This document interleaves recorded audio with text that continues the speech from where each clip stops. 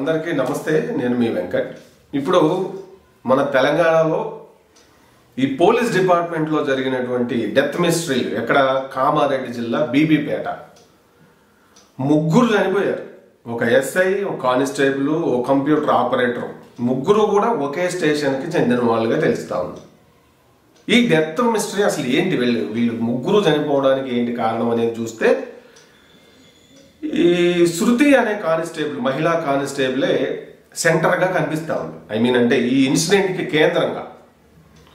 ఆమె పెళ్ళైంది ఎప్పుడో 5 ఏళ్ల క్రితం. అయితే విడాకులు కూడా అయిపోయినాయి. ఫ్యామిలీతో కలిసి ఉంటుంది. వృత్తిరీత్యా, జాబ్ రీత్యా ఇప్పుడు ప్రజెంట్ వర్క్ చేస్తున్న బీబీపేటకి ఆమె వచ్చింది జాబు. అక్కడికి ట్రాన్స్ఫర్ అయిన తర్వాత అక్కడ ఆల్రెడీ ఎస్ఐగా ఉన్నటువంటి మరి సాయి కుమార్ అనే ఆయనతో సాన్నిహిత్యం పెరిగింది.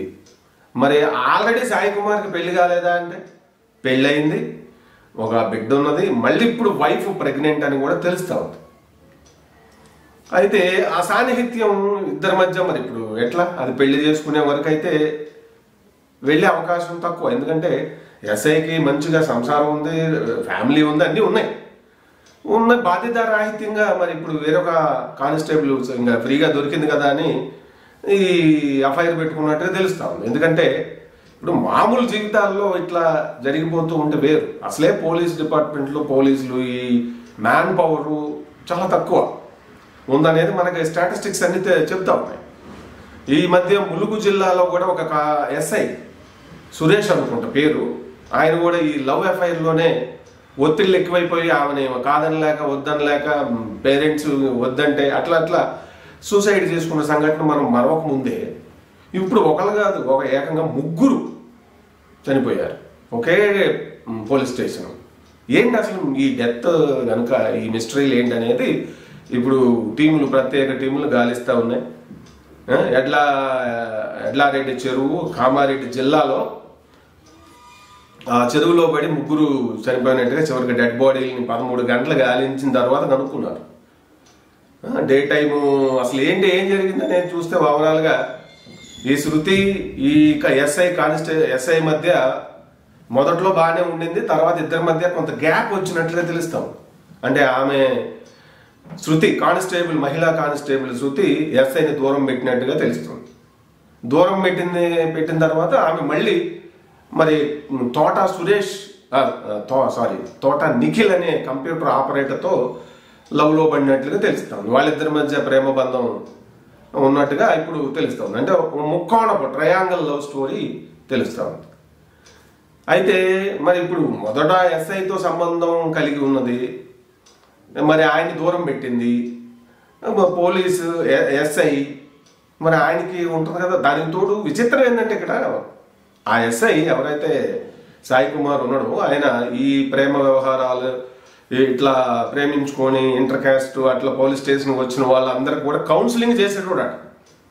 అవన్నీ నడవరా భయ్, రియల్ లైఫ్లో అట్లా ఉండదు, మంచి ఉద్యోగాలు చేసుకోండి, సెటిల్ అవ్వండి, తర్వాత పెద్దోళ్ళు చూపించిన పెళ్లిళ్ళు చేసుకొని అని చెప్పేటోట.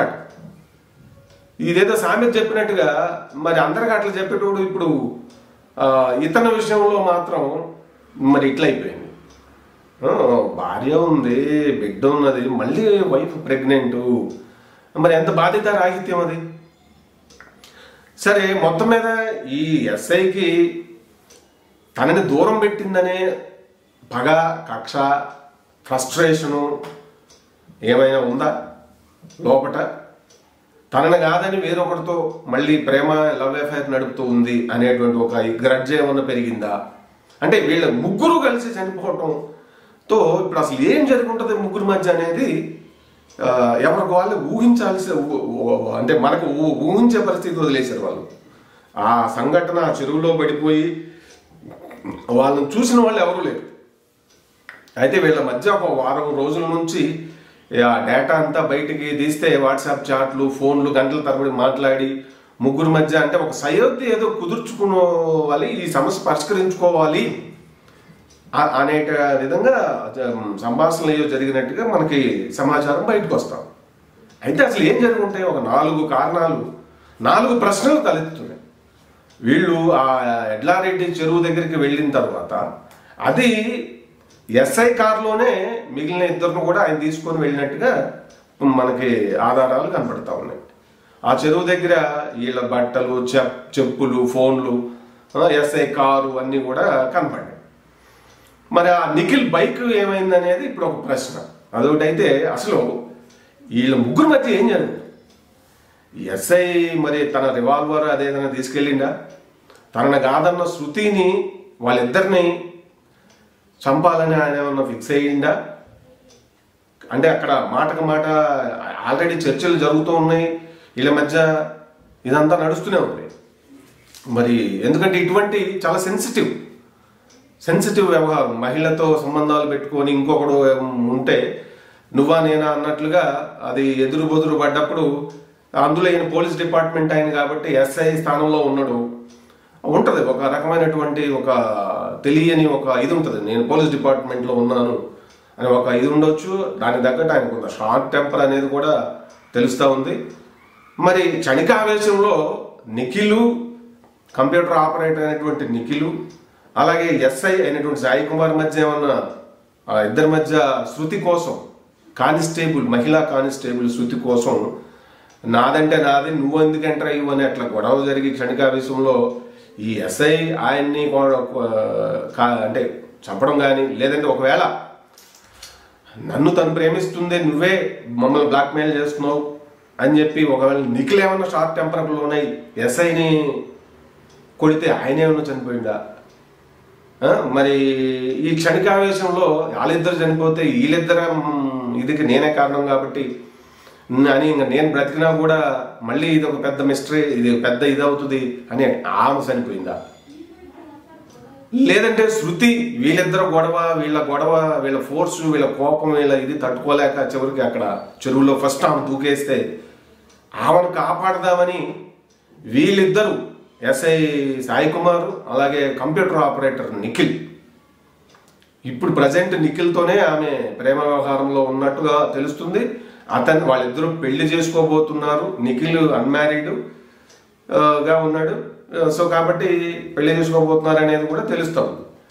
అయితే నాతో ఉండి నాతో సంబంధం పెట్టుకొని నన్ను దూరం చేసేసి మళ్ళీ ఇంకొకటితో వెళ్ళావా అనేటువంటి ఇది, నన్ను మోసం చేసావనేటువంటి అహం లేదా ఆ కోపం, పగ, అసూయ ఏమన్నా ఇతనిలో ఎస్ఐలో వచ్చాయా? మొత్తం మీద ఇప్పుడు శృతి సడన్ గా ఈ గొడవ వీళ్ళిద్దరి మధ్య ఇదిని తట్టుకోలేక చెరువులో దూకేస్తే ఆమెను కాపాడదామని చెప్పి వీళ్ళిద్దరూ దూకే ప్రయత్నం చేసి ఈత రాక వాళ్ళు కూడా చనిపోయారా? అయితే పోలీస్ డిపార్ట్మెంట్లో ఉన్న ఎస్ఐకి ఈత రాకుండా ఉంటుందా అనేది ఒక సందేహం. అలాగే డిపార్ట్మెంట్ కానంత మాత్రాన నిఖిల్కి కూడా ఈత రాకూడదనేమి లేదు. అలా అని చెప్పి ఖచ్చితంగా వచ్చి ఉంటుందని కూడా చెప్పలేము. అలాగే పోలీసులందరికీ ఈత వచ్చు అనేది కూడా చెప్పలేము. బహుశా ట్రైనింగ్లో స్విమ్మింగ్ కంపల్సరీ అనేది ఏమి లేదుగా పోలీస్ డిపార్ట్మెంట్లో నాకు తెలిసినంత వరకు. కానీ మ్యాక్సిమం స్విమ్మింగ్ అయితే వచ్చే అవకాశం ఉంది. అదొకటి. అదొక సందేహం, క్షణికావేశం, లేదంటే ఇప్పుడు రివెంజ్ తీర్చుకున్నా ఎన్ని ఇది చూసినా కూడా ఎక్కువ ఇటువైపు నుంచే కనబడతావు. మరి శృతిని వదిలేసి నువ్వు వెళ్ళిపో, శృతి నేనే ఉంటామని చెప్పి ఎస్ఐ ఏమన్నా నిఖిల్కి వార్నింగ్ ఇచ్చాడా? అది తట్టుకోలేక అతను అటాక్ చేశాడా? ఇట్లా అనేక సందేహాలు, ప్రశ్నలు తలెత్తుతున్నాయి. లేదంటే ముగ్గురు ఇక మనకి ఇప్పుడు వీళ్ళిద్దరూ కూడా నాకంటే నాకు శృతి కావాలి, నేను వదిలిపెట్టానని చెప్పి నేను వదలను అనుకుంటూ ఉండడం వల్ల సరే ఇక ఇది అయ్యేది కాదు, తెగేది కాదు, ఈ సమస్య పరిష్కారం అయ్యేది కాదని చెప్పి ముగ్గురు చచ్చిపోదాం అనుకుని ముగ్గురు కలిసి, అంటే ఎస్ఐ సాయి కుమార్, మహిళా కానిస్టేబుల్ శృతి, కంప్యూటర్ ఆమె ప్రజెంట్ బాయ్ ఫ్రెండ్ నిఖిల్, ముగ్గురు కలిసి చెరువులో దూకేశారా ఆత్మహత్య చేసుకుందాము అని. ఇది జరిగే అవకాశం ఎంతవరకు ఉంటుంది? ఎందుకంటే ఎస్ఐకి భార్య ఉంది, ఆయనకు ఒక కూతురో కొడుకో ఉన్నాడు ఆల్రెడీ. ఇప్పుడు భార్య ప్రెగ్నెంట్. ఈ విషయం ఈ మధ్యకాలంలో ఆమెకు కూడా తెలిసి కొంత గొడవ జరుగుతుంది, ఏది ఎస్ఐ వైఫ్కి అనేది కూడా తెలుస్తాం. మరి ఇప్పుడు డిపార్ట్మెంట్లో ఉన్నాడు, ఇది పబ్లిక్ సర్వీసు, ఇవన్నీ వదిలేసి వీళ్ళు పర్సనల్ ప్రాబ్లంలో ఇలా ఇన్వాల్వ్ అయిపోయి చివరికి ప్రాణాలు తీసుకుంటే ఎవరికి నష్టం? ఇది వాళ్ళ పర్సనల్ లైఫ్, ఫ్యామిలీస్తో పాటు పబ్లిక్ కూడా నష్టమే వీళ్ళు. ఎందుకంటే దే ఆర్ పబ్లిక్ సర్వెంట్స్ కదా. అసలే షార్టేజ్ ఉన్న డిపార్ట్మెంట్ ఇది, పోలీస్ డిపార్ట్మెంట్. కాబట్టి ఇక్కడ నుంచి నిబంధనలలో ఇవన్నీ కూడా చాలా గట్టిగా పెట్టాల్సిన పరిస్థితి ఉంటుందేమో అనిపిస్తాం. వీళ్ళు ఇటు జాయిన్ అయిపోయి ఇట్లా లవ్ అని కానిస్టేబుల్ మహిళల కోసం ఏదో బయట సివిల్ లైఫ్లో జరిగినట్టుగా ఇట్లా ప్రాణాలు తీసుకుంటూ ఉంటే ఇది ఎంతవరకు కరెక్టు? ప్రజాధనం వాళ్ళకి ట్రైనింగ్ కోసం కేటాయించిన మనీ అంతా ఎవరిది? మందే కదా, ప్రజలదే కదా. ఇది వేస్ట్ అయినట్టే కదా. అలాగే మరి వాళ్ళు కొంచెం రోల్ మోడల్గా ఉండాలి కదా. పోలీసులు వాళ్ళు పెళ్ళైనప్పుడు కొంత జాగ్రత్తగా ఉండాలి. మరి అవన్నీ ఒక ఇర్రెస్పాన్సిబిలిటీ, అన్అకౌంటబిలిటీ కూడా ఇక్కడ కనబడతారు. మరి ఇప్పుడు ఇటువంటి శృతి లాంటి వాళ్ళు మొదట ఒకరితో సంబంధాలు పెట్టుకొని మరి వాళ్ళని దూరం పెట్టి, ఎందుకంటే తొడబంధం 90 ఏళ్ళు అంటారు ఒక సామెత. అది అంగీకరించినా ఎంచకపోయినా, అంటే ఒక పురుషుడు స్త్రీ మధ్య శారీరక సంబంధాలు ఏర్పడినప్పుడు అంత త్వరగా అది మర్చిపోవటం పురుషుడి వల్ల కాదు అనేది దాని సారాంశం. మనం చరిత్ర అంతా చూసుకుంటే అవి నిజమే అనిపిస్తూ ఉంటాం.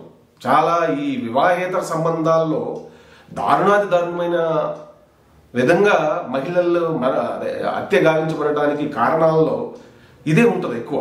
అంటే నన్ను కాదని వెళ్ళిపోయింది, నన్ను మోసం చేసింది, నాతో సంబంధం పెట్టుకుని ఇది ఉంటుంది మగవాడి కోణంలో ఆలోచించినప్పుడు ఎక్కువ కేసులలో. అది ఏ జాబ్ అయినా ఏదైనా కూడా.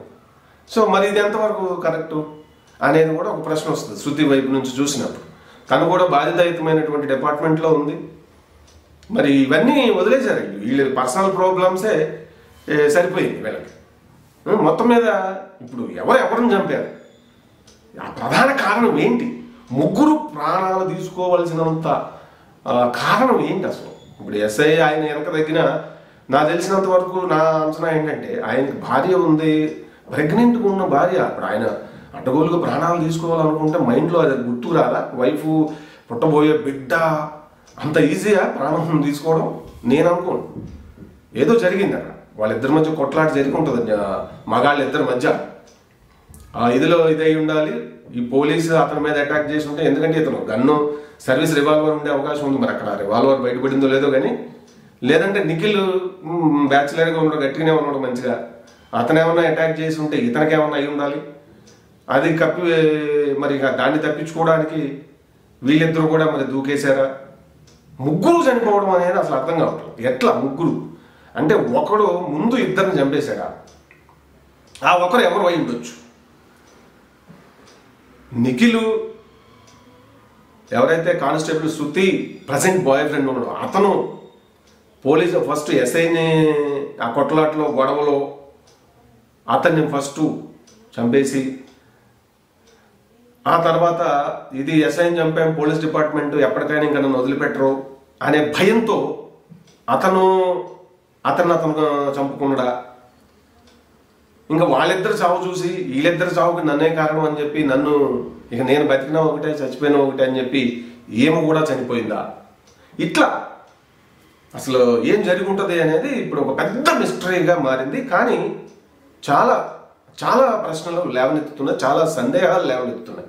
కానీ ఇవన్నీ పోలీస్ డిపార్ట్మెంట్లో ఇట్లా తరచుగా మరి నెలకు ఒక సంఘటన జరుగుతూ ఓ ఎస్ఐ, ఓ కానిస్టేబుల్, ఓ లేడీ కానిస్టేబుల్, అసిస్టెంట్ ఎస్ఐ, ఇట్లా సిఐలో ఇలా ప్రాణాలు తీసుకోవడం అనేది మరి ఇదైపోతూ ఉంటే ఎట్లా?